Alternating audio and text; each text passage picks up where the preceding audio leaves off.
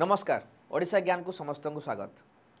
आपण देखिपे पाइक विद्रोह जोटा कि घटी 1817 मसीह ओडिशा इतिहास रो एक जीवंत अध्याय जोटा कि समग्र ओडिशा को पूरा भारतवर्षर इतिहास रे विदित करैछि, स्वर्णाक्षर लिपिबद्ध करछि से रक्ताक्त इतिहास जोटा कि ए ओडिशा माटी आरंभ होइतला काही कालरू एवं प्रथम थर पई ब्रिटिश सरकार गोटे दमदार विरोधर शिकार होते यही ओडिया माटीरू एवं ए ओडिया माटी बा ए ओडिया पुओ पाइक पुओ से दिन विरोधर पर लड़ीला खोर्धा माटीरू आरंभ होता बोली खोर्धा विप्लव बोली भी कह जाए। ये इतिहास को आमे समस्त पढ़ीचु, समस्त जानिचु। प्रत्येक ओडिया भितर अस्मिता को जगौथुबा विषय रहुची पाइक विद्रोह बा खोर्धा विद्रोह। मु आज कहीं कहूँ आज तो पाइक विद्रोह संगठित होता 200 वर्ष अतीतर से रक्ताक्त इतिहास को मुझे कहवाई यही चाहिए कि आमे इतिहास को बही रे पढ़ी था। स्कूल बेलू ही बही रे पढ़ा जाए थाए, सी ओडिया रे बही हो किंबा हिंदी रे हो किंबा इंग्लिश रे हो। सेंट्राली जोटा बही अच्छी आम एनसीईआरटी बोली कहू एवं ओडिया रे जोटा कि आमर बोर्ड ऑफ सेकेंडरी एजुकेशन जोटा कि आमर बही देछि जोटा कि ओडिया मीडियम रे पाठ पढ़ी था। ये सबु जगह इतिहास को स्पष्ट भाव लिखा जाए। ओडिया रो गाथा भारतर इतिहास को स्पष्ट लिखा जाए। प्रत्येक पीढ़ी या पढ़े जानवे निज इतिहास को अतीत को एवं पूर्वपुरुष को एवं आग को नहीं चलिए सगौरवे से आमको इतिहास पढ़ा जाए। किंतु आप न्यूज देखिए जे वर्तमान चली एनसीईआरटी रु जो क्लास 8 बही थिला से बही वर्तमान पाइक विद्रोहर विषय को हटई दिया जीवो। पाइक विद्रोह को आगामी दिन में सर्वभारतीय स्तर रे जो एनसीईआरटी बही रही एथिरे पढ़ा जीवो नाही। अर्थात पाइक विद्रोह विषय आउ भारत रे पिला माने जानि परिबे नाही जोटा कि 1817 मसीह रे हेइथिला एक जीवंत इतिहास।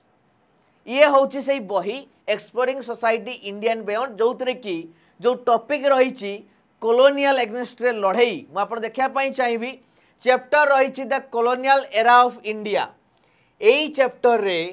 आपंकर गोटे नुआ बही रे आसीबो कौन से सन्यासी फकीर रिबेलियन जोटा कि 1777-76 मसीह होता बेंगल ताकू रखा जापर आपंकर बेंगल फेमाइन बा नौक दुर्भिक्ष बेंगल फेमाइन हिसाब से 1770 रखागला। कोल अपराइजिंग 1831 ताकू रखा जाइए। छोटनागपुर जोटा होता जोटा कि आज छत्तीसगढ़ अच्छी सांताल रिबेलियन आपको रखा जाइए जोटा कि प्रेजेंट झारखंड बिहार बेंगल अच्छी एवं इंडिगो रिवोल्ट जोटा कि आपंकर बेंगल रे होता नील चाषी मानकर आंदोलन। आ भितर हजि जाइए पाइक विद्रोहर कथा। ये सब स्थान पाई ये सब भारतर इतिहास एक अंगांगी भाव में जड़ित थिबा विषय वस्तु। ये अभिन्न या पढ़ा दरकार या जाना दरकार। ये समुदाय जगार ब्रिटिश सरकार के विरुद्ध होता अनेक जगार जो इतिहास लंबा फर्द रही भारतर सबू जगार रही एवं या स्थान दिखाई। किंतु प्रश्न आसला या भितर ये कहीं ना पाइक विद्रोह कथा रखी कौनटा असुविधा होता। 2017 मसीह 1817 रु 2017 जो 200 वर्ष पूरी से गोटे बन्याढ़ समावेश होता एवं 16 जन पाइक फैमिली को फेलिसिटेट करते प्रधानमंत्री राजभवन रे एवं 200 वर्षर पूर्ति उपलक्षे 200 कोटी टंका सांक्शन करा जाइतिला ए पाइक विद्रोहर स्मारकी को उन्मोचन करने और डेवलपमेंट करने देखिपे प्रेसिडेंट रामनाथ कोविंद भी आसते फाउंडेशन पड़ता पाइक मेमोरियल कौटी ना बरुणई पहाड़र खोर्धार। ये सब रही ये सब यही समय ही किंतु या भितर प्रश्न आसे ओडिया पुओटे जेतेबेले सेंट्रल एजुकेशन मिनिस्टर रही सेतेबेले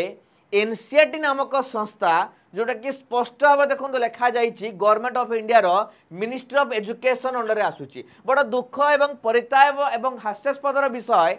कि ओडिया पुओ जेतेबेले ए मिनिस्ट्री ऑफ एजुकेशन मिनिस्टर थिबे से समय ही तांको अधीनस्थ गोटे ऑटोनोमस संस्था कहा जाउतबा एनसीईआरटी जे कि सर्वभारतीय स्तर में बही छापे स्कूल एजुकेशन पाई किंतु ता पाई सेतबेले पाइक विद्रोह शब्दटी को काटी दिया जाउची, विषय काटी दिया जाउची। एई ओडियार इतिहास को ओडिशार से इतिहास को काटी दिया जाउची। एथिरे किछि सीधा सड़क प्रश्न रही मोर प्रथम प्रश्न विषय काटिबार कारण कौन स्पष्ट भाव में उल्लेख करा दरकार थिला जे पाइक विद्रोह को एते कथा जानिला परे जेतबेले आमे डिमांड करूतुला को फास्ट वार ऑफ इंडिपेंडेंस दिया जाऊ बोली जो 200 वर्ष पुरिला प्रथम वार ऑफ इंडिपेंडेंस डिमांड करा जाउतिला किंतु सेंट्रल गवर्नमेंट तरफ जेतबेले कुहा गला जे जेहेतु सिपाही विद्रोह को प्रथम वार ऑफ इंडिपेंडेंस कुहा जाउची निहाती ये हमर भारत इतिहास अविच्छेद्य अंग किंतु आमे आकु फास्ट वार ऑफ इंडिपेंडेंस मान्यता देई परिबु नाही